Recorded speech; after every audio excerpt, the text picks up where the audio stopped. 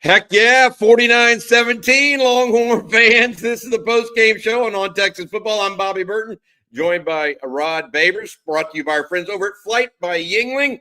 Rod B, the Longhorns came out quick and furious on Saturday. I think they scored 2 quick touchdowns after a missed field goal. What were your thoughts about the quick start from the offense? I said it during the week. I said they don't have a quick start and a fast start, considering the bye week and Florida coming off their most physical game of the season. And we saw the availability report. I mean, they were a mash unit, especially even at the quarterback position. It would have been disappointing for me, and I was not disappointed. Got off to a fast start. We wanted to see the offense get its mojo back. Sark even talked about it. I'm using Sark's term. We want to see it get its mojo back and look like the offense of early season and the early 2024 season before the Quinn Ewers injury. And to me, looking at Quinn, he continues to bounce back, right, from that injury, look even more impressive, had some career highs today, but also the offense looked like it was clicking. And more importantly, I've talked about the offensive identity of this team and what it is. The offensive identity of this team is they're a pass-first team. They pass to open up the run. The run complements the passing game. You start the game and you start drives with the passing game, and you close out games with the running game once you're up big in them. And that's what they did in this matchup. That's what they were doing early on in the season before the Quinn Ewers injury. That's where your assets are. That's where your weapons are. That's your strength. And your identity is the strength of your team. And that's what they did today. So, would I like to see more from the run game early on? I could say that. But that's just me being nitpicky. We wanted to see the offense get back its groove. We want to see the offense get back its mojo. That was mojo. They were running wide open in the secondary in that first half. Matthew Golden open. Isaiah Bond took one in the third quarter off a simple third down play. They were open early and often, and Quinn was delivering 5, by the way, Rod, 5 touchdown passes from Quinn Ewers on the day. Certainly a comeback game for him of sorts. I will say this, Florida couldn't really get after the passer on Saturday. And Quinn Ewers, when you don't have a pass rush, he'll pick you apart, and that's what it looked like today. Longhorns, and you talked about closing out the game in the run game. Jarrett Gibson, Rod B, with a 100-yard effort on 16 carries by the true freshman from Gainesville, Florida. So big props to him on the day as well. Jaden Blue had a really nice long run. Isaiah Bond with a good run as well on that double. I mean, that was like a double reverse, Rod. Except they didn't have to make the first handoff. You know what I mean? There are different little signatures, but they all have some of the end and arounds. But for Texas, they all have some of the same key elements. You'll get that Gunnar Helm reverse pivot where he fakes like he's gonna go, then he reverses back out, and you'll get multiple fakes, multiple play fakes, and you had 2 of them. Other than the actual handoff, you had 2 of them by Quinn. That might have been the sweetest play design we've seen from Sark so far. Yeah, can we admit that might have been, that had a little extra little mustard on that one. That was nice. I think Jesse Palmer on the broadcast said it best. We hadn't seen one of those this year. It was a little something up. That was a good one. I thought a couple other things that stand out to me. Texas's defense gets off to the start it needed to. Trey Moore, 2 outstanding plays behind the line of scrimmage on the very first series of the game after Texas had missed the field goal by Bert Auburn. Then you also look at the strip fumble by Anthony Hill, putting Texas up on the turnover segment when we thought we were more worried about Texas having turnovers that kept Florida in the game. Hill made that not happen. Then we had the interceptions as well. All in all, whether it was Anthony Smith, Andrew Makuba, Texas playing a really good game on defense through the first 2.5 quarters. Man, the third and fourth quarter, though, forced to run, and all they could do was run. Texas got gashed up the middle a little bit against the Florida run game. Florida has some good young running backs, in my opinion, Rod. Good young running backs overall. Yeah, and they were missing Montrell Johnson, who was one of their marquee running backs to start the season. We said going into this game that Florida was going to have the at least I said, it was the best group of running backs that they had faced all year. I think that actually did materialize. And Florida had success on the ground. But see, this is the beauty of complementary football. It didn't matter how much success they had on the ground. It was irrelevant because their defense couldn't get stops. So even though they had success on the ground, they weren't able to control the game. They had no control over the game because Texas offense kept scoring and was so prolific. And that's the complementary football that Sark talks about all the time, that, yeah, you can run the football, but are you really helping yourself? And every now and then they have to take some chances. And when they did, Texas would make them pay. Yeah, I will say this. I want to give special credit to Alfred Collins. Young man's 2 tip passes absolutely led to 2 of those turnovers and interceptions. Gary Smallwood says, Bobby, I think you're off. Your prediction was off just a bit. It was indeed off just a bit, and I'm happy for it. I'm here for it every single time. Brandon Huey, OTF, big win. Need I see 3? Quinn Ewers is back. Good stuff there, Brandon. Good to see you today out at the tailgate. And then also thank you to the Commodian. All right. That win is for Colt Monroe, getting back and getting healthy. He's out of the ICU, so we're excited about that. Rod, what did you think about Quinn Ewers? Let's start with his day. Matt, if you don't mind pulling up the stats so we can go through the Texas quarterback. Clearly, I think the offensive player of the day for the Longhorns. 19 of 27, 333, distributed 5 TDs, distributed the ball really well to a number of different receivers, right? Yep. And the different areas of the football field. I mean, deep connections, intermediate. We know the short to intermediate, that's where he's brilliant usually. But through the football downfield as well. Gave his guys a shot at times, threw receivers open. And actually had a couple of drops. Probably could have an even better game than he had. I thought, and I believe that is a career high in touchdowns in the game for Quinn Ewers. I thought he continued to look like he improved. And yes, based on my opinion, for what I've seen, it looks like there were lingering effects from the injury that were the reason for his regression. And the further we get away from the injury, the healthier he gets. I don't know if he's ever going to be completely healthy during the season. I mean, I'm not saying he was perfect. He did miss a couple of throws, but it's looking like the Quinn now that can make some of those layered throws that we talk about all the time, and that is a quarterback that's playing with confidence now. He's playing with some confidence, and he's in rhythm, and he's operating the offense on schedule. So he can threaten your every different layer of your defense. He can threaten the deep, the short, the intermediate. So this is closer to the Quinn that was, playing in that Michigan game, right? The Quinn that can put the cape on for you. And in this game, not that they didn't need him to put the cape on, but he looked like he had that capability. Oh, there you go. Yeah, no doubt. I mean, look, 19 to 27, 333, 5 TDs, Rod. This game was over by halftime. Yep. You can say what you want, but everybody knew when Texas went up by 2 scores, I was like, I'm feeling pretty good about this. When Texas went up by 3, I was like, there's no chance Florida's coming back with that quarterback. And they couldn't cover Texas all day either. I mean, not only we talked about Quinn Ewers. Matt, if you don't mind pulling down the receiving yardage and TDs on the screen real quick so we can go through that as well. Jaden Blue out of the backfield with 3 for 67 yards. He made a great play. I think it was in the second quarter. Isaiah Bond was almost flagged for a penalty, but Quinn put it on him, and he took care of the rest. Matthew Golden with 2 touchdowns that were fairly long. Trey Wisner again, Isaiah Bond, Gunnar Helm. The only one that maybe didn't get involved as much as expected would be Ryan Wingo. Only 1 catch for 4 yards. DeAndre Moore having a somewhat disappointing game with the 2 drops for Texas as well. What did you make of the Texas wide receiver core? They were just so open. Is that symptomatic of a really shoddy Florida defense, great scheme from Sark, or really good receivers, or a little bit of combination of all of that, Rob? I think it's a combination of all those things. Going into this game, Florida had allowed 33 receptions of 20-plus yards on the season. They were 111th in the country. And then you realize, looking at the availability report, they were missing multiple starting defensive backs in that secondary, as well as I think it was 4 defensive backs overall. They were out, and another defensive back that was limited. So they were missing a lot of key pieces in the secondary.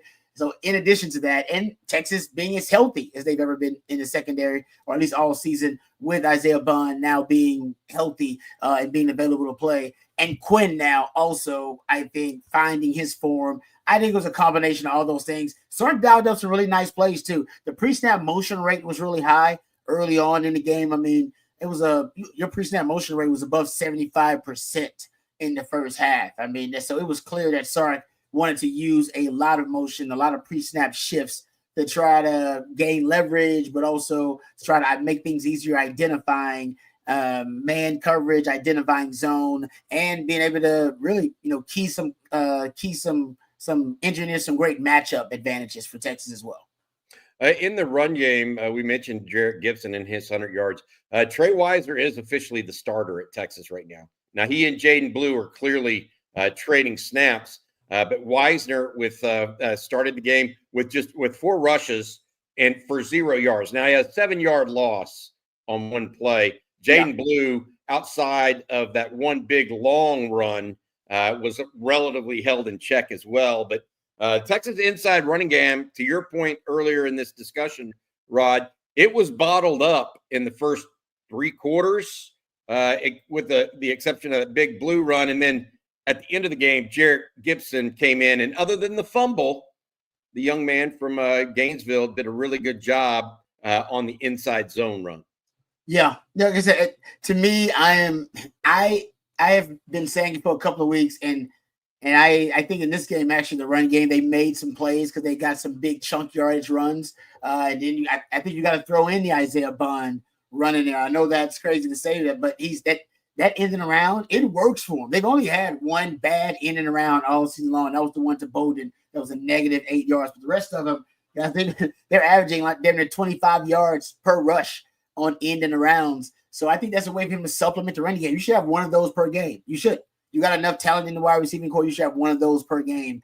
And so I think ultimately still the run game just complements the passing game. And then just like Jarrett Gibson did, once you're in control of the game, then you can pound the rock. Right. And then you impose your will. But even those short, quick passes to Jaden Blue out in the backfield and those ones behind the line of scrimmage, those are run plays. We just don't like to think of them that way. So in Sark's mind, that also is him supplementing the run game. So I bet he's happy with the run game in this matchup. Can you run downhill on teams in between the tackles early in the game if you need to? That I'm not sure Texas can do, but I'm not sure they have to do that if they play like this.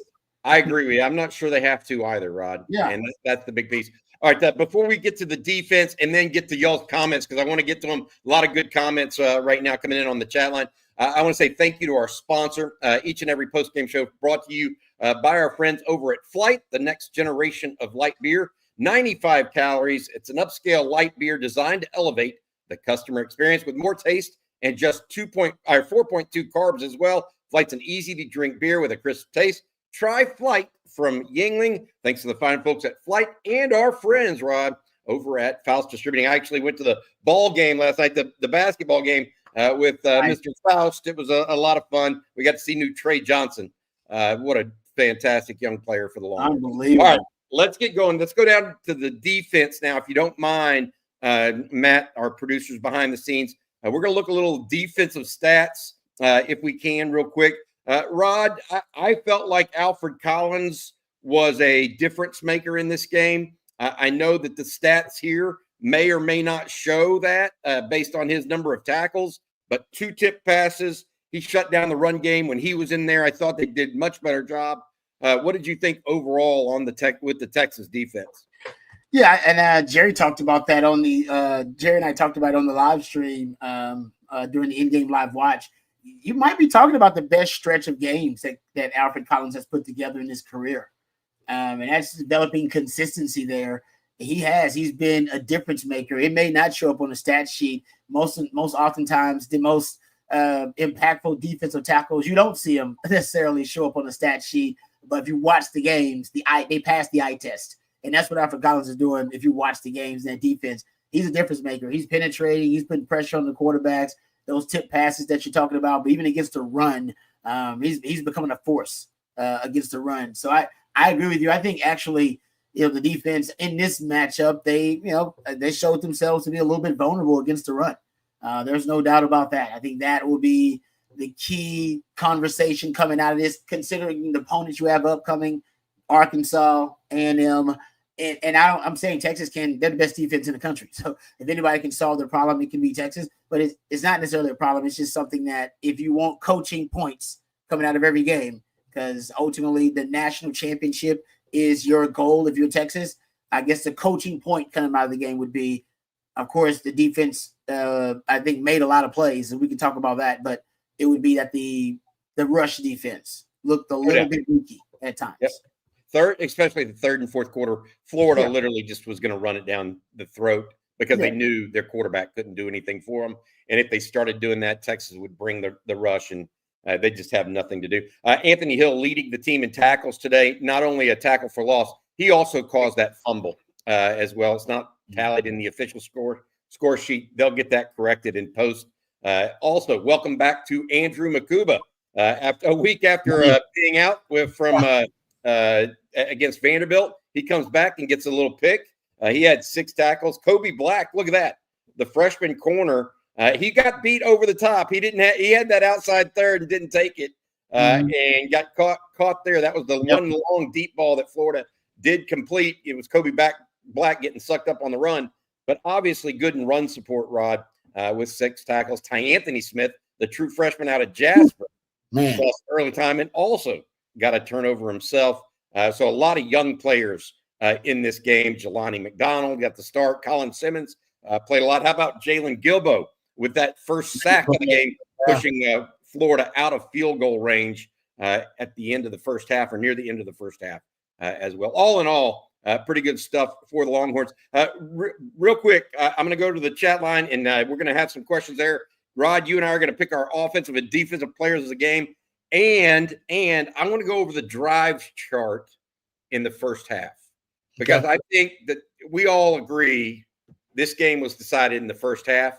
We need to kind of diagnose and look at that first half drive chart, because I believe there's some answers to why the Texas had 550 yards of offense plus in today's game. Really, really big output for them. Eric Mitchell, what up, Rob? What up, Bobby? Well, how about those horns? Super chat for the one and only Colt Monroe and his healing. God is good, and continued prayers for the young man. I agree.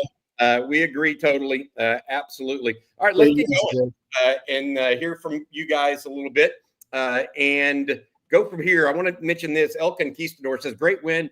Nice to have Quinn confident and healthy. Hopefully Cam's injury is minor. I want to go over that because he did go out of the game. He returned. Yes. He returned. So it looked like it might be a knee. They were poking at his knee. He went into the tent. But the very next series, he was out there playing for the Longhorns. Bobby Petronic, it appears we are not allowed to run outside zone left. It's an automatic flag. Kelvin Banks called on one today. I'm now appreciating how much SEC refs try to control the narrative and play clock with their flags or lack thereof. It's systematic, is what old Bobby's saying here, and I tend to agree with Bobby Petronic. You agree with that? It felt refereed very NFL-ish. You're winning by too much. Let me. That looked like it might be a flag. I need to throw one. I'll have to believe in the old Mac Brown adage that players play, coaches coach, officials officiate. I can't get into the officials because I know I'm biased anyway, so I can't act like I'm unbiased. Texas, you shouldn't. It shouldn't be in the hands of the officials. All right, it should never get to that point, and this game was not, obviously. But I do think Texas has an adjustment that they need to make from the Big 12 culture and ecosystem of officiating to what the new SEC culture and ecosystem of officiating, because I do think they're different, and I think that's the adjustment if you're looking at it from any kind of analytical perspective.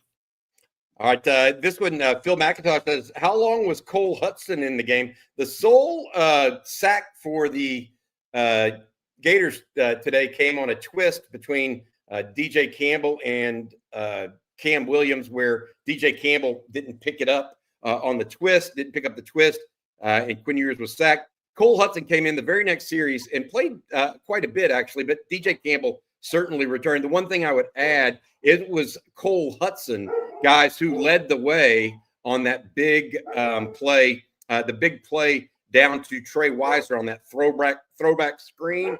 He made a whale of a block downfield, as did Gunnar Helm, and Kelvin Banks still the outside too. A lot of stuff going on there. All right, I got it some more. What about this one? What do you think here? Xavier, feels like they pushed it downfield more than usual today. Was that because they were just so wide open? I mean, my goodness, Matthew Golden's first TD catch was just, I mean, he didn't have anybody 10 yards within him, Rod. That was that stalk block and go play they usually use, where he acts like they're gonna, I think Quinn pumps the screen, the swing screen to the running backs. Golden acts like he's on the block and then goes out for the route, and it ends up being a wheel route. Yeah, he was wide open. That's a Sark deception based play. I mean, so you got to give Sark play design a lot of credit for that one. But you're right. I think they did have the intention on pushing it up downfield a little bit more today. And I think that's because Quinn is getting healthier. I think Quinn now, some of those downfield throws, he's not limited by whatever was lingering from the injuries. I think he's just getting healthier. That's just my theory. It just makes sense from, you know, the signs of regression that we saw right after injury, the bounce back in Vandy, another, you know, bye week, and then the Quinn we saw today. So if we get the Quinn we saw today, he's way closer to being that Quinn we saw versus Michigan that put the cape on and people were talking about being potentially a top quarterback taken off the board. That's the Quinn we need to see more of. They got to be able to if they could protect him and give him time to throw, Texas is a really hard team to beat. They just don't. Yeah, too many weapons. Yeah, it's too many weapons. It's too many weapons to the. Listen, you got, first of all, at the first wave, they got different waves of weapons. Here you go. First wave of weapons, I got to deal with Matthew Golden, Isaiah Bond, DeAndre Moore, maybe Ryan Wingo, Bowden. That's your first wave of weapons. Then you got Gunnar Helm, like one of the top 3 best tight ends in the country. He's kind of lurking the intermediate area there. And then the third phase is Jaden Blue out of the backfield and Trey Weiser's checkdowns, who, when they check it down and Quinn's on the money and gets them the ball on the run accurately, look at how many yards they gain. That's 7-8 yards easy a pop on you. It's just a lot to have to digest as a defense and defend as a defense. And you're right, when they give Quinn time and he can survey all those layers of it, it's almost impossible unless, like Sark said this week, when we can limit the negative plays, the self-inflicted wounds, the penalties, and get explosive plays on early downs. He essentially said we're almost unstoppable. Like nobody can stop us when we're doing that. I want to bring this up because it's important. It ties into when Texas actually stopped themselves, I believe, only once in the first half. Matt, if you don't mind pulling the drive chart up now. Look at this, Rod. The very first one, kickoff, they actually got to the Florida 32. They got in the red zone, and then Burt Auburn missed the field goal. The next one, Texas got it on its own 15. But the very first play, Kelvin Banks was called for not that they got it their own 15. 2 touchdowns later, Texas then had to punt after a holding call on Kelvin Banks. Another punt after advancing it. But then look at that run of 4 touchdowns in a row, 3 more in the first half, giving Texas the lead 35-0. And then they scored on 2 of their next 3 possessions as well. So Longhorns overall, Rod, putting them away pretty early in this game. And to our point earlier, just not a bunch that Florida could do defensively. They just running way too wide open. Matt, thanks for bringing that up. Here's another good thing I thought to see today. And, man, he looked actually good while playing. Kenneth Cassidy, good to see Sadir Mitchell playing again. I could not agree more. He played in the first quarter early on, along with Alex January, the true freshman. So 2 of the young bucks out there playing for the Longhorns today. Aaron Bryant also saw some time late in this one as well. So good to see Sadir Mitchell back out there. And like I said, they played him early and often as well. Yep. All right. Next topic here. Mark Valdez, props to the Florida Gator fans who flew to Austin for today's game. They had a ton of Gator pride, but they were really humble and knew they were probably going to get their butts handed to them. I will say this, and Rod, you were down there pregame doing the EA Sports football game. Yeah. Florida Gator fans showed up. They did. It was not like I'm trying to tell folks the SEC is significant. If you haven't been to a game this year that's been an SEC home game, they travel. Yes, they do. I'm not saying it's overwhelming or anything like that, but this ain't Kansas anymore. It ain't Iowa State. It ain't even Oklahoma State. They actually bring their 10,000 or so fans. They had plenty of tailgates out there. And yes, by and large, they were very, very nice fans altogether. I think they knew coming in that they might be getting served a dose of humble. Well, and to Bobby, to your point, I agree with you. All the ones I interacted with, they knew that a butt whipping was coming. They were very gracious, and they talked about how, Billy Napier in that situation. But think about it, they travel well, and they knew they were getting their butts kicked. Usually, fans, we know you don't get your butt kicked, you don't travel as well. So think about it, if they're good, they travel even better. And we thought they traveled pretty well now and represented. When they're good, oh man, think about when LSU was like good that year. They came, they come in droves. So I'm with you. I've been impressed with the SEC representation with the opposing fans so far. Longhorn fans travel. I mean, that's a given. Let me ask you this. This is going to be something from David Keith Williams. Who do you think rushed for more yards in this game, Texas or Florida? Feels like Florida did, but I don't know. I don't know either. David Keith Williams, UT ended the game with 210 rushing yards, which was surprising after having less than 100 yards deep into the third quarter. I wish the UT defense had held Florida less than 197. Texas, it did not feel to be true. Texas outrushed Florida on the day. I'll say Texas had that. They had that Bond run. Bond was 44 yards. So in running back runs, that's why, because we're looking at it from a traditional sense. Yep. In terms of running back runs, it did feel like Texas, like Florida had more runs, like traditional rushing yards that way. But you're right. That's a good point. 210 yards to 197. But think about when they all came in the second half, because that's Sark's formula, right? In the first half, we're looking at the game when the game was still competitive, or I guess the game was still within reach for Florida. Texas really didn't they didn't make a statement or really set the tone with the running game. Texas sets its tone with the passing game. And then the running game is just there it's the closer. And that's why they close, because Jared Gibson gets 100 yards. And when did Jared Gibson get his after that fourth down conversion early on, when did he get his next snaps? What? Wow. Third quarter? Hey, it's big time. I got to say this too. Just a final. Georgia Tech defeats Miami 28-23. So the Canes are no longer undefeated. Longhorns at least going to go up to number 4 this week, would be my guess. So we'll see if they go up any higher than that based on how some other things happen. Let's talk about this real quick. Last 3 minutes of the second quarter, crazy good and entertaining. Moore was fun to watch. What? DeAndre Moore? I know. I think he meant Trey Moore. Trey Moore. Trey Moore. The fumble recovery. The last 3 minutes of the thing. DeAndre Moore did have a tough day. I will say this, Rod. That ball, the ball's going in the sun when the sun's in the east, like it was this morning. Yeah. The sun was in the east, and you're looking back into it. Those two drops both came with that happening to Texas today. Fair. And you know how normally in the afternoon games, Texas is looking back and the ball's looking back as you're going north and you're going down the right sideline, north, the sun. So I don't know how much the sun hurt him on the first one. I think it hurt him on the first one. I think the second one, he just got the dropsies and was a little worried there as well. All right, guys, we got some other stuff. What do you think about this and adding him a little bit more to the mix? Silas Bolden keeps flashing, Rod.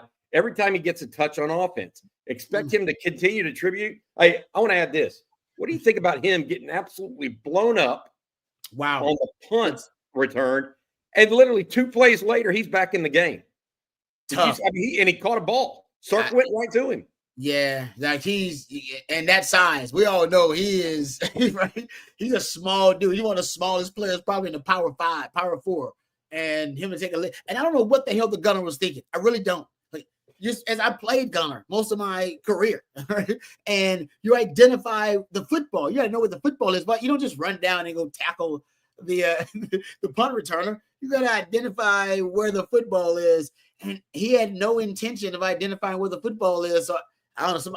Somebody's got to tell me what his intention was going on that play, because it seemed it's not. I think we'll call him dirty, but as a gunner, what the hell were you thinking? I mean, did you know where the football was going? He did not have the football at all. So anyway, but I agree with you, Britt. He's a culture warrior. He had the big culture play versus Oklahoma, and the coaches love him. You can tell Sark deliberately, intentionally, in a premeditated way, is going out of his way to try to force feed and scheme Silas Bowden opportunities. And that's because they like the way they must like the way he practices, the way that he conducts himself, and they like his attitude, even though everybody, including us and the coaches and his teammates, probably know that things aren't working out exactly as he would have liked and planned so far as a contributor. Hey, Rod, let's talk about what I thought was the most pivotal play of the game real quick. Oh, and Can I guess? Yes, you can. Okay. Is it the fourth down conversion? Hell yes, it was. You agree with me on that? Yeah, man. Yeah. I mean, you're going for it 4th and 1 on your own 24. You know, there's no, they always talk about, let's go to the computer. What does the computer say we should do? It don't say go for it when it's 0-0 in the first quarter from your own 24. No. You don't even do that on the video game. Video game, you punt that. No, he showed that. He had some scones the size of smart cars with that one, man. And you know what? And they didn't have it at first, Bobby. It was a true culture play because you didn't get it initially. No. Gunnar Helm came behind him and pushed him. It was the Jay Witt. Jay Witt did that on the play. We've seen it a few times with Texas where you don't get initially, and then somebody comes in, they're not giving up on the play. That was a true culture play, man. And Sark was just banking on this culture because schematically, it wasn't nothing special. It was just, hey, man, we lined up, guys. We got to get a yard, okay? I got big humans. We do a lot of work in the offseason, strength and conditioning. Can y'all go get us a yard? And they initially didn't have it, but the culture of the program shined through in that moment. I agree with you, Bobby. That big play of the game. You know what the very next play was after that 1 yard run by Jarrett Gibson? The ending around. Yeah. Bobby, on that drive, and it's not no Sark was saving it for something. They started running the pony package because Ryan Niblett is in there on that play. And I'm thinking, Ryan Niblett, is he a running back now, a wide receiver? Well, I know he moved to running back and he's getting more snaps at running back because of the injuries there. So essentially, I classified as a pony package play. And so essentially that play, and then the golden play later on, that is also out of the pony package. All right. So I think he was saving. I think he knew like, oh, this is once I get it, I know exactly what I'm gonna run in this moment. And you got to pick the right moment for it in and around. You got to pick the right place on the field for it in and around. You can't just call it anywhere. I would say this too. Those two plays back to back. Because you got to remember, and this was early in the game, so I know that. But Texas had driven inside the red zone of Florida on that first drive, ends up missing a field goal. So it's 0-0. Yeah, they come out and, Florida would have had a 3 and out, essentially, because Quinn, that was a 3rd and 10, and he rushed for 9 to make it 4th and 1. Florida gets off the field there. They're in this game, but then Texas converts on a 4th and 1. And the very next play, Isaiah Bond goes 44 yards. And we're off to the races. That Texas scores on Matthew Golden to a wide open Matthew Golden. Then 2 plays later, Anthony Hill strips the running back, and Trey Moore picks it up and returns it for a bit. And we were off to the races. How open was Gunnar Helm on that? I mean, was that simply identifying that? The linebacker almost acted like he was blitzing on that play because he did not have. I guess he was that committed to the run on it because it was an RPO, and the linebacker he shot the gap like he was blitzing. He had no regard at all for Gunnar Helm releasing, and Gunnar Helm had a free release. The safety didn't come over, so it wasn't a blitz because if it was a blitz, the safety would have come over and been covering Gunnar Helm. He didn't either, and ended up being kind of a busted play. And give Quinn credit, man. He saw it, delivered the ball around the money, wide open.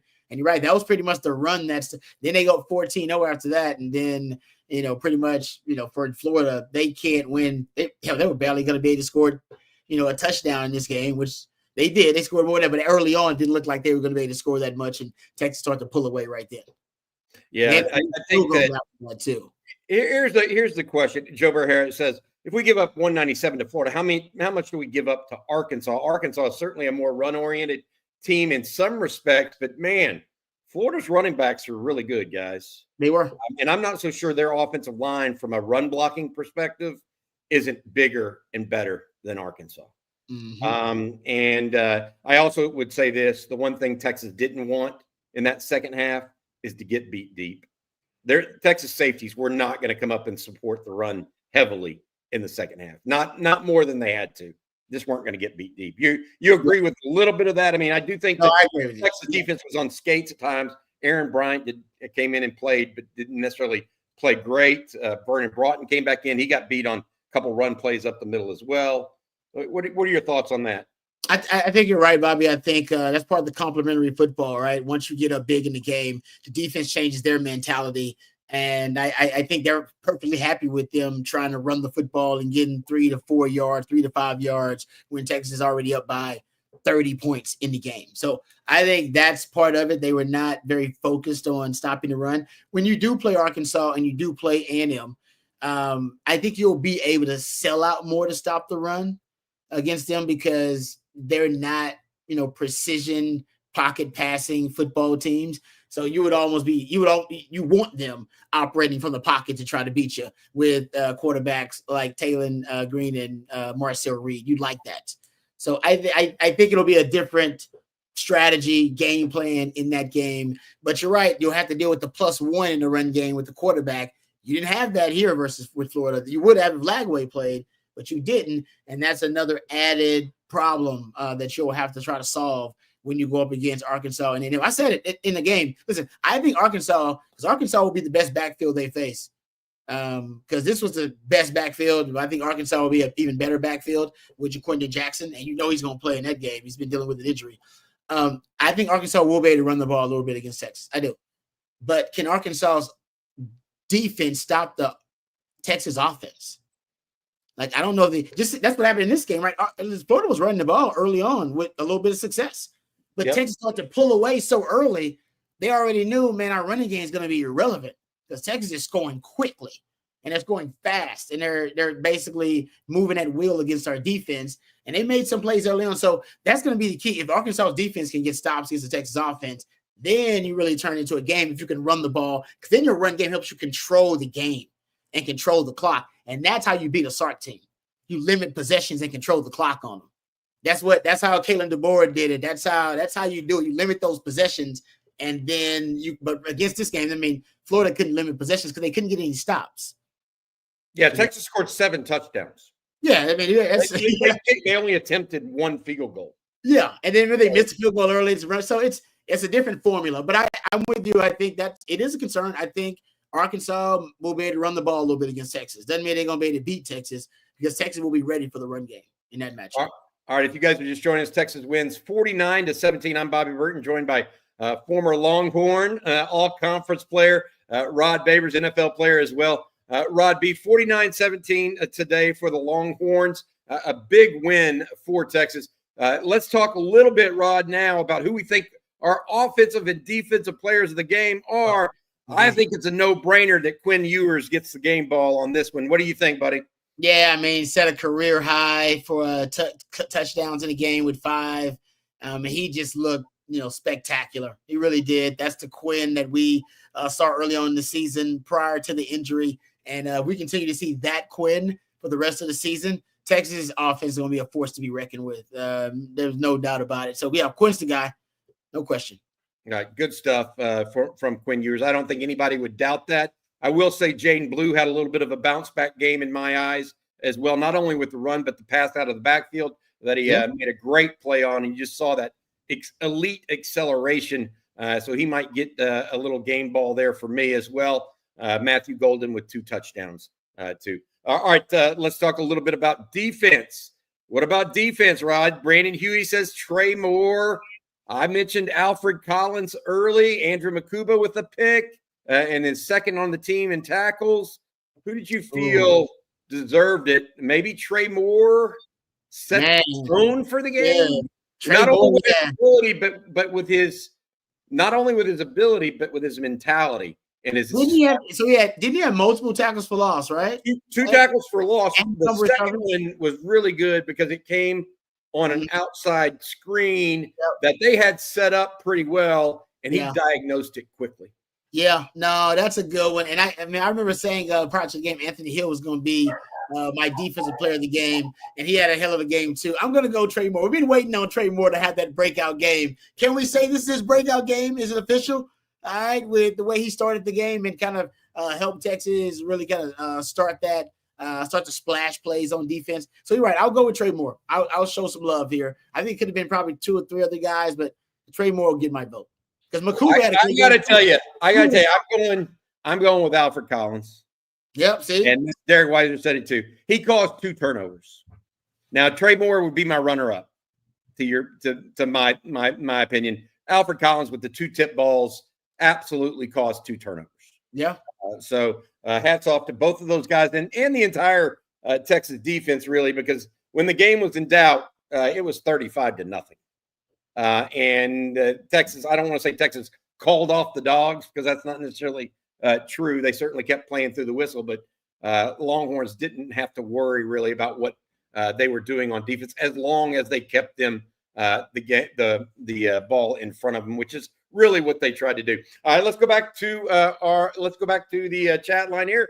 Love a comfortable win. Other than Tech last year, what was our last Big 12 win that felt comfortable? Shout out to Duck Camp. Wore my burnt orange hoodie today. I was wearing my vest today, by the way. That was really nice and comfortable early this morning when I went out to the tailgate. It was good seeing a bunch of people. This one from JT. Rod, what do you think about the comfortable nature of this win in conference? Because it was, to not to belabor the point, but it was a comfortable win. Texas up 35-0 at half.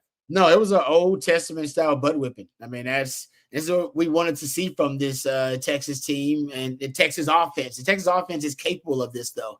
Those runs they go on and be able to the quick strike ability of the offense. We wanted to see that. That's what we saw. That's what makes Texas so dangerous. So I'm with you. It's really against an SEC opponent this late in the season. But prior to this game, I said Florida is as beat up as we've seen them all season long. Coming off that Georgia game, you know how Georgia plays you, man. Georgia, that's a physical team, so you're gonna feel it. That's gonna be a hangover effect after you play Georgia. Even Texas dealt with it a little bit. That's a bit of a hangover effect after you play Georgia, man, because they're such a physical team, and the emotional charge because they're one of the best teams in the country. And I think ultimately Texas benefited from having a bye week. They were fresh. The schemes were a little fresh. Seems like put a little extra sauce on the schemes early on in this matchup. And it also seemed like Texas was just fresher. They were just a fresher team. And I would like to say they were more crisp early on, but they really weren't. There's still room for improvement in terms of penalties and some of the self-inflicted wounds. But for the most part, all of that improved. And Texas wasn't their own worst enemy. And so they're not going to be perfect. Nobody is. But they can operate at this level of efficiency. Oh, man, you could be talking about – and I know Florida had a lot of injuries too, but you could be talking about Texas now starting to hit its stride right at the perfect time offensively. Again, same time last year. Oh, Maybe Sharks got this first phase, second phase, third phase. Yeah. One can hope, right? I will say this. A friend of mine wrote me this, and he said, I like what Booger McFarland said at halftime. Maybe Texas is finally not playing around with the food on its plate early in the game, because that's what it felt like, right? Yeah. They weren't playing around with the Texas came out and really took it to them. That 4th down conversion just opened the floodgates. It really did. That was a no fear. Like that showed, I mean, for me, I don't think I've seen Sark have a more, ballsy call. I've seen him go for it on 4th and 1 from his own 40. Yeah, but 20. But not as 24. 24. Yeah, you drink everything. The other team's getting points. Yes. The other team getting points. You're giving them 3 points. You're giving them 3, and you might give them 7. You're definitely giving them 3. Yeah. Big call. All right. This one from Freelance Society was at the game and was wondering who the giant number 90 was on defense. Glad to see Sadir Mitchell playing. Colton Vostok has been hurt. He was listed as doubtful today. We don't know the exact injury there. Rod, we mentioned Sadir Mitchell, and this is one of those where Sark had mentioned him twice in the last couple of weeks as saying he had his best couple of weeks of practice. They rewarded him by playing him early in this contest. If he can come on and add into the mix here, he might be a defensive stopper a run plugger in the middle that the Longhorns may desperately need, because he made a play. I mean, he made a play right out of the gate, his first snap. He is a big dude now that can help Texas against those interior runs. I think I really do. If he learns, he's still got some work ahead of him, but a good player and definitely a great prospect. Love that. Yep. He's got tremendous upside, and I'm with you, man. That'd be a luxury now, because you've already found yourself some proven commodities in the interior D line with the way Alfred Collins is playing, Vernon Broughton, Lole. You've got some Bill Norton. You got some proven commodities there inside, and now think about the luxury of the depth. Now you can add Sadir Mitchell in there for sprinkling him in for 20 reps or so if you need him, 20 snaps or so. Living rent-free in UT. As Texas fans, we all needed to see a dominant win against a decimated team. Couldn't agree more. Somebody mentioned it early. Bobby, your prediction was wrong. Amen. Pass the donation plate, because I'll put it in. Because that's what I wanted to see too. You know what I mean? I'm all about it. I'm all about it, because I thought that this offense just wasn't getting uncorked. There was something. There's one step forward or 2 steps forward and a step back. And they did shoot themselves in the foot. The Kelvin Banks hold when they had a chance to really open it up. I mean, Trevor Gooseby came in and had a false start. Yep. Then they hit a touchdown pass right after that. There were just a couple of times, DeAndre Moore's drops. Yep. There were a couple of times when they shot themselves in the foot, but they had such good players, and Quinn kept finding open people that it just opened up the floodgates. I think that to my point is I was definitely off in my prediction, but I think that Quinn stepping up just a little bit more and being a little bit better. Agreed. It's not just a linear 1-for-1 thing in this offense. It's more compounded. They can score more points the better he plays. Not just 1 touchdown more, but 2, 3, 4 touchdowns more. Yeah. Because that's where I came out of it. Yeah, because he's overall today. No doubt, because he's the 11 herbs and spices, right? It's about Quinn. If Quinn's on, the offense is about to now hit a whole new stratosphere of efficiency and effectiveness. And I don't know if he was totally on. He's getting back to playing like the best version of himself. And that's where he was in that Michigan game. And that's where he was prior to the injury. And like I said, you can get this. I'm with you. Because for a while, it looked like, man, maybe this offense has hit its ceiling, because they could not live up to what their identity was, which was a pass-first offense that was led through Quinn. It was the offense was led through him. That's how it started early on in the season. Remember the early down pass rates were 60% on early game, early down pass rates, throwing the football, Quinn operating in rhythm and on schedule. And then when Quinn got hurt, they had to redefine themselves, if you will, and reevaluate things. And they tried to go to the running game and pivot to it. Worked a little bit in the Oklahoma game. For the most part, Sark understood I can't go that way. And then when you get Quinn back, until Quinn totally healthy, I don't have access to threaten every level of the defense. And that's why you saw the short intermediate throws, which Quinn's brilliant in that regard. But Longhorn fans want to see the deep shots. To me, the reason you got some of the deep shots back here is because you got a healthier Quinn after the bye week. And I think as the season goes on, even healthier, you're going to get back now every potential dimension of the offense back. And it's going to be a pass-first offense, guys. The running game is, in my opinion, what's going to continue to be. I think it can be average to above average. I don't know if you're going to get an elite running game this year. I don't think that happens. I think you get just enough for it to be a complement to the passing game, which it was today. Yeah, Texas played a relatively relatively clean game overall. Yes, there were drops. We mentioned a couple of penalties. Matt, if you don't mind putting this up, how many penalties? And they did have one turnover, obviously, the Jarrett Gibson fumble. Please put up the team stats real quick, Matt, if you don't mind. I want to show people, and we'll just go down because at one point, I'll add this. I want to talk about one thing, but Texas had one turnover. Florida had 3 penalties. Texas had 7 to Florida's 5. I didn't feel Texas was bad when it came to penalties today. Not much at all in that regard. But one that I do want to mention here, third down conversions. So Texas finished the game 5-11. They only had 11 third downs all game, the Longhorns. At one point, Florida was 1 of 7 on third downs.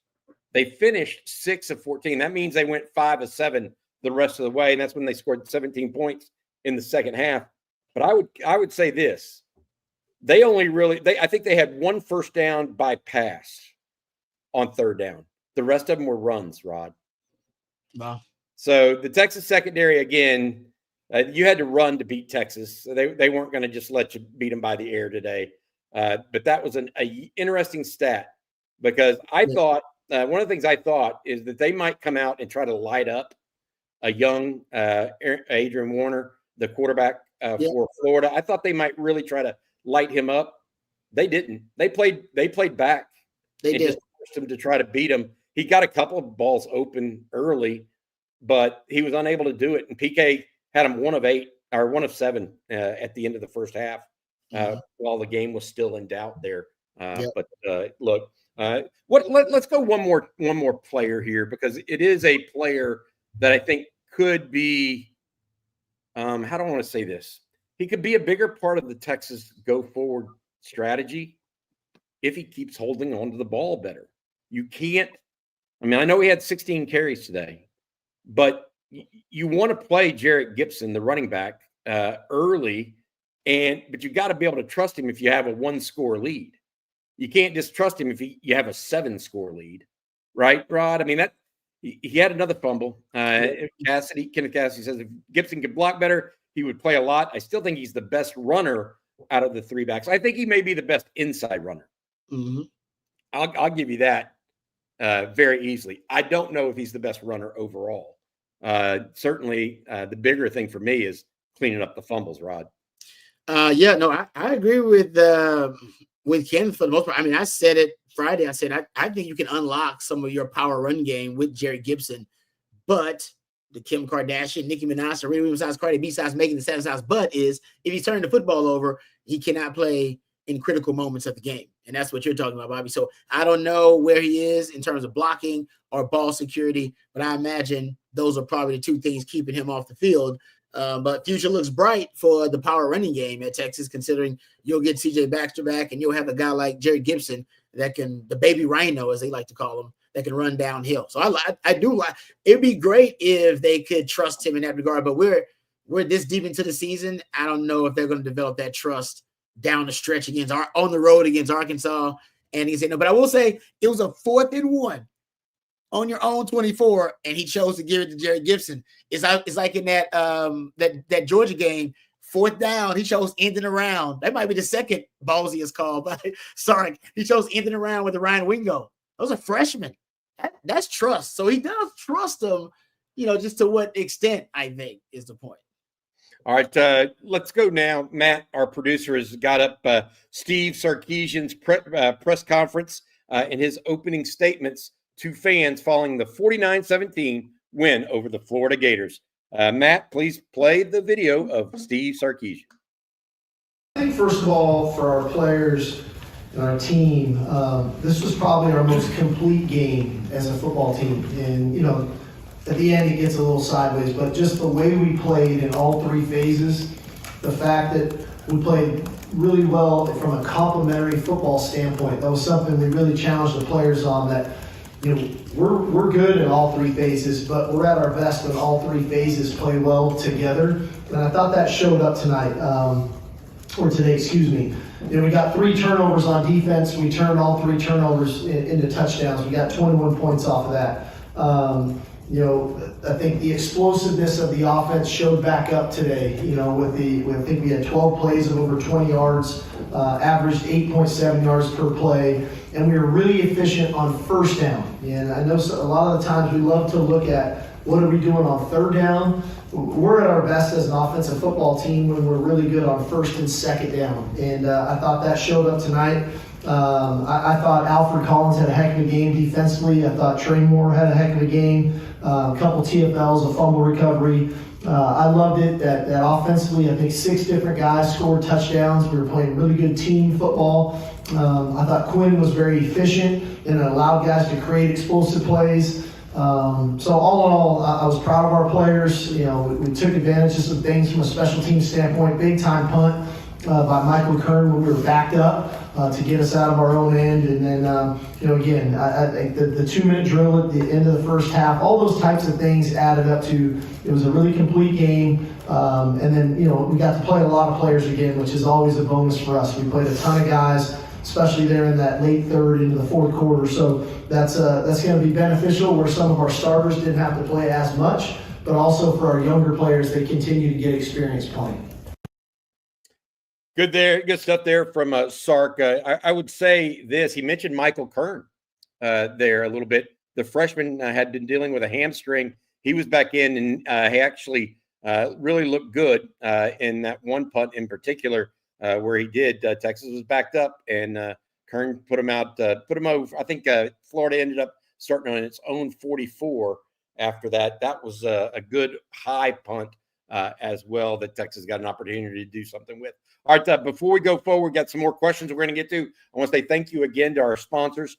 Flight is the next generation of light beer with only 95 calories. It's an upscale light beer designed to elevate the customer experience with more taste and just 4.2 carbs.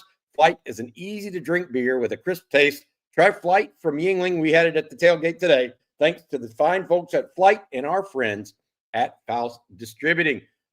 Let's go to this one, Rod, because you mentioned something that I think some people want to talk a little bit more about. This from Rick Amberguy. Is Sark able to maximize Blue's strengths more in the pony package? Is that more what Jaden Blue is capable of than his normal one-back set?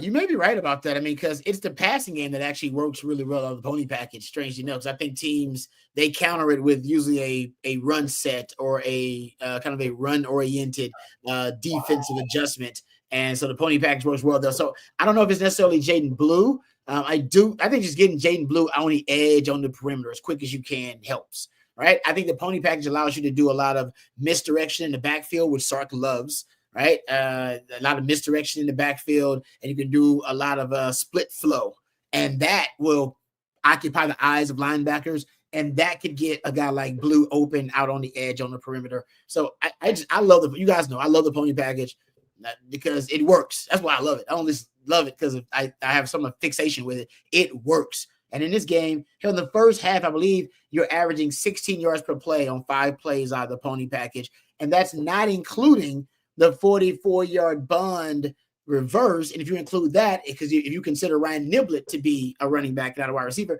you're averaging almost over 21 yards per play out of the pony package in 6 plays in the first half. It was clear that it was a big part of his early game script. Like you said, right after he gets the 4th down, he goes into the pony package. And I don't think that's a coincidence. Sark is too deliberate and he's too, methodical for that to be just kind of him just on a whim choosing, hey, out of all my personal groupings, let's go pony package right here after that. No, he had that ready to go, in my opinion. Absolutely. He had it ready to go, and I think he did a great job with it. All right, the story of the day in the 49-17 win, obviously, it was Quinn Ewers' resurgence, and maybe the other story is the lackluster ability of Florida overall, given that they were down to their 3rd-string quarterback. They truly were a decimated team. We need to always keep that in mind as we talk a little bit about it. But Kurt Barnett, has this to say. When Quinn has a dirty pocket is when he falls well below average than most. You would agree with that, but isn't that where a lot of people fall victim? Yeah, I mean, that's pressure, right? Any quarterback, even Tom Brady, the GOAT, under pressure, you go look at all of his analytics, go look at all the metrics. They drop to average or below average when he's dealing with pressure. So that's the case with every quarterback. I think the secret is for quarterbacks: can you mitigate disaster? All right, can you get your team in the right play? Can you make the right decision in that moment where you're literally dealing with pressure? Right? When you're a guy's in your face, whether it be throwing the football away, whether it be escaping the pocket to extend the play and buy more time and get into the scramble drill. Maybe that's you scrambling. Maybe it's you eating the football and taking a sack. It could be any of those. Hey, Rod loves ponies. My wife back at the house. Hey, this one for us, Rod, from J.S. Watt Jr. Having Bond and Blue back in there seems to help Quinn a lot. Really, let's talk about Isaiah Bond and what he brings to the offense, because he did have he actually had 2 big plays today.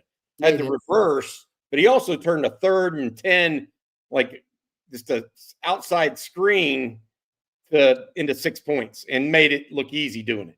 I mean, he brings a big play element to match with Ryan Wingo and a Matthew Golden and a Jaden Blue that Texas has. Yeah, I mean, it seems like all the receivers have that just unique X-Man ability. They all have the one thing that sets them apart, something they do as well, not better than everybody else. And for Bond, it is clear, it is world-class, elite speed. I can't wait to see what the miles per hour he got on that run. Remember the last time he got to like 22 miles per hour or something like that. It's like the fastest player in football.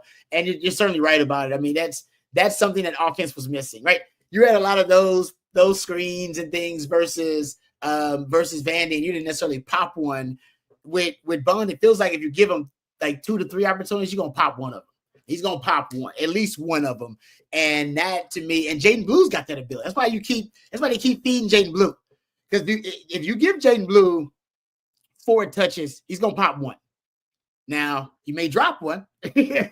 You may drop one of those too. You may make it a fumble or something on one, but he's going to pop one. And that's why today, how many touches did he have? Like 9 or 10 touches? That's pretty much, I think, Sark's plan. Get Jaden Blue 10 touches, and he's going to pop here. 5 catches, or excuse me, 3 catches, 5 runs. He did drop a pass, a really sweet makeup play from Arch Manning. What did you think of Arch's play today? I know it was abbreviated to some level, finishing 3 of 6.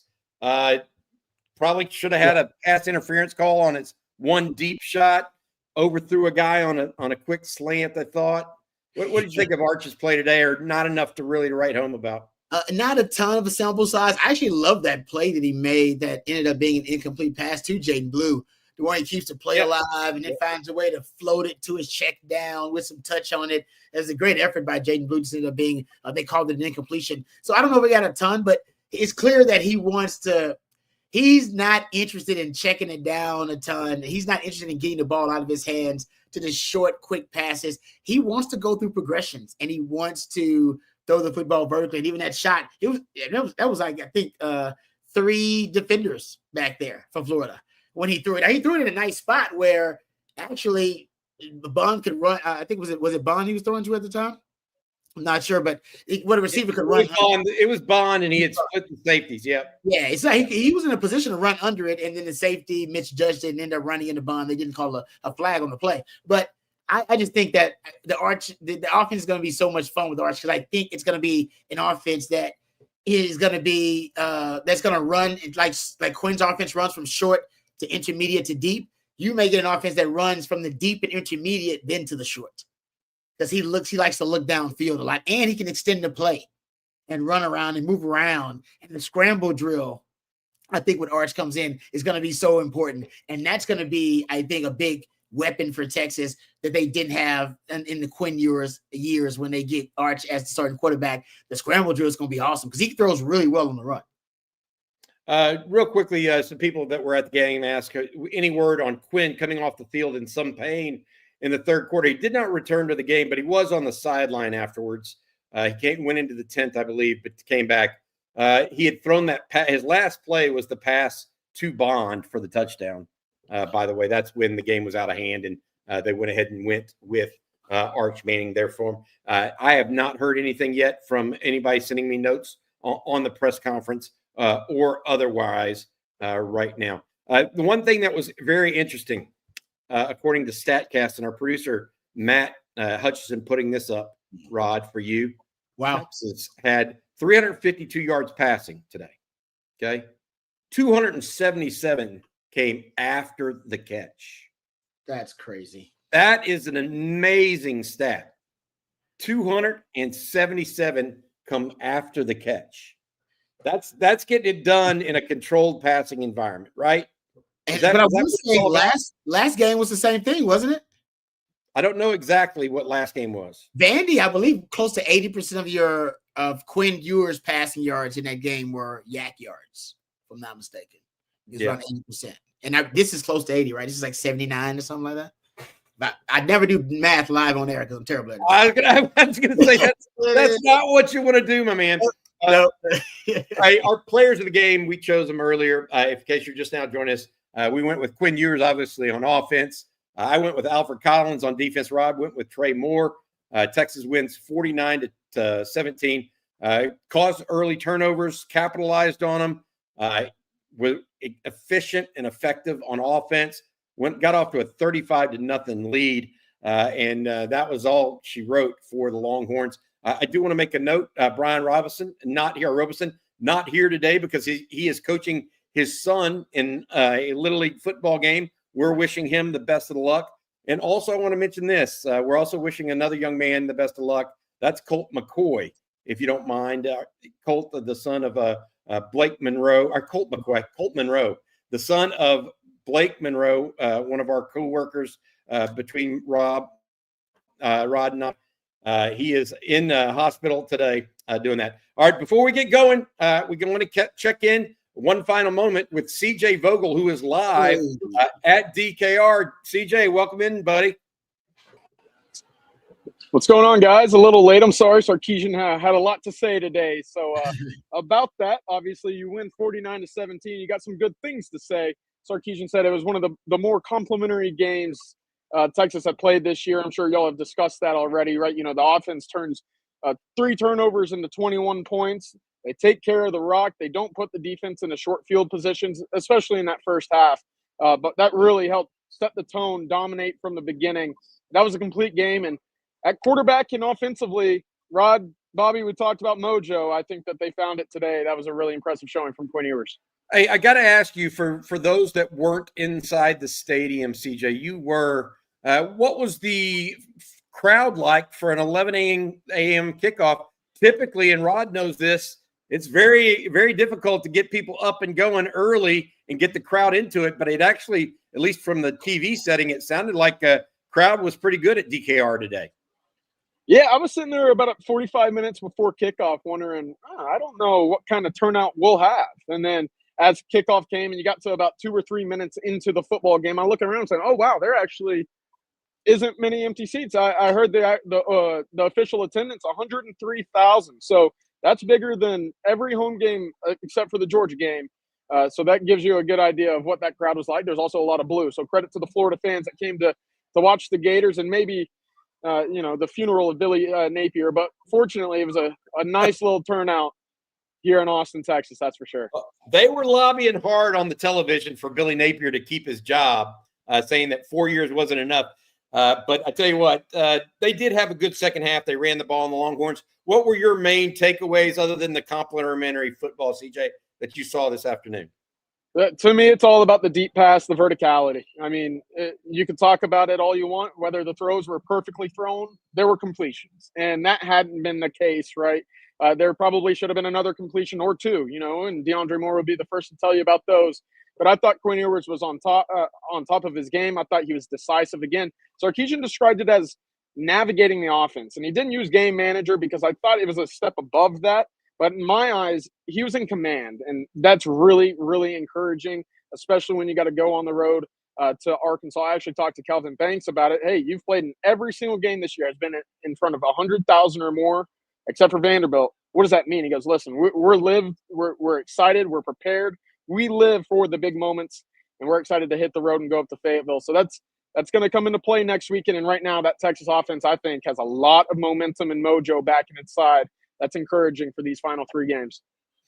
It was encouraging, and I think overall that was really, really good. So were the turnovers created by the Texas defense. Two interceptions, one fumble recovery. I thought that was a big play and really got Texas in phase, I guess, on defense as well. They continue to cause turnovers each and every week right now. Yeah, and I think it starts up front, right? You know, you look at, I don't know if it was attributed as a deflection at the line of scrimmage, but listen, Alfred Collins was in the face or in the line of a throw on both of those interceptions. And that goes again to a veteran player stepping up and playing to his level that's desired. With no Vernon Broughton, it was Alfred Collins that needed to step up, and he certainly did. And then Trey Moore and Anthony Hill combining for a fumble and a fumble recovery. Again, it's individual playmakers playing to the scheme and playing soundly, because on the back end, you got Manny Muhammad, Jahdae Barron, you got Michael Taff. All three of these guys are flying to the football to create PBUs, and that stems from the ball having to get out much quicker than what we've seen in years past. That Texas defensive unit is playing very, very sound football right now. And again, I think you could argue there might not be a unit in the country playing better right now. The first half, they held Florida to 1 of 7 on third downs. Really just suffocated the life out of them. Rod, you have anything for CJ, buddy?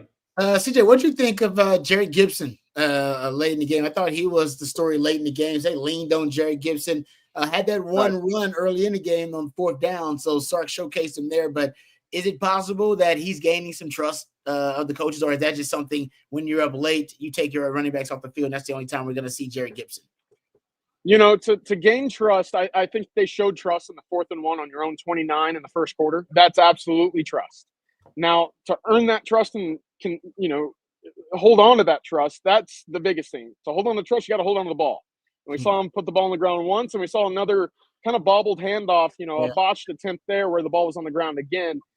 It's not necessarily the physical play for Gibson that I think is holding him back, because, again, anytime we've seen him on the field, he's falling forward. He's getting in scrums, and they're pushing the pile 5, 6, 7 yards down the field. I thought his first 2 runs went for about, 23, 24 yards outside of that 4th down. I mean, that's encouraging. And that's telling me that he's patient. He's finding the hole, and when he finds the hole, he hits it hard and he runs physical. The issue is, and where that kind of hesitancy to give him the ball more stems from, is will he hold on to the ball? And I think right now he's got to prove that a little bit more.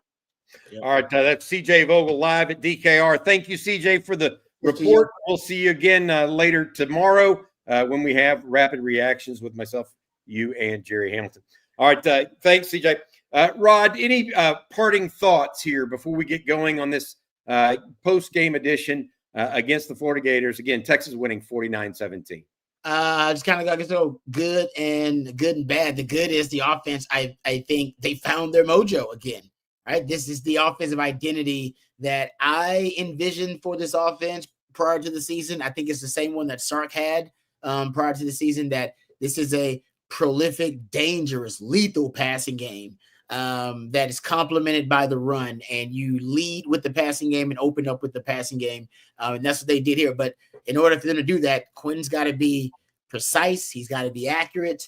And he's got to handle pressure better. And I think he is handling pressure better. So I think that, to me, is the most encouraging thing. You got back to your offensive identity.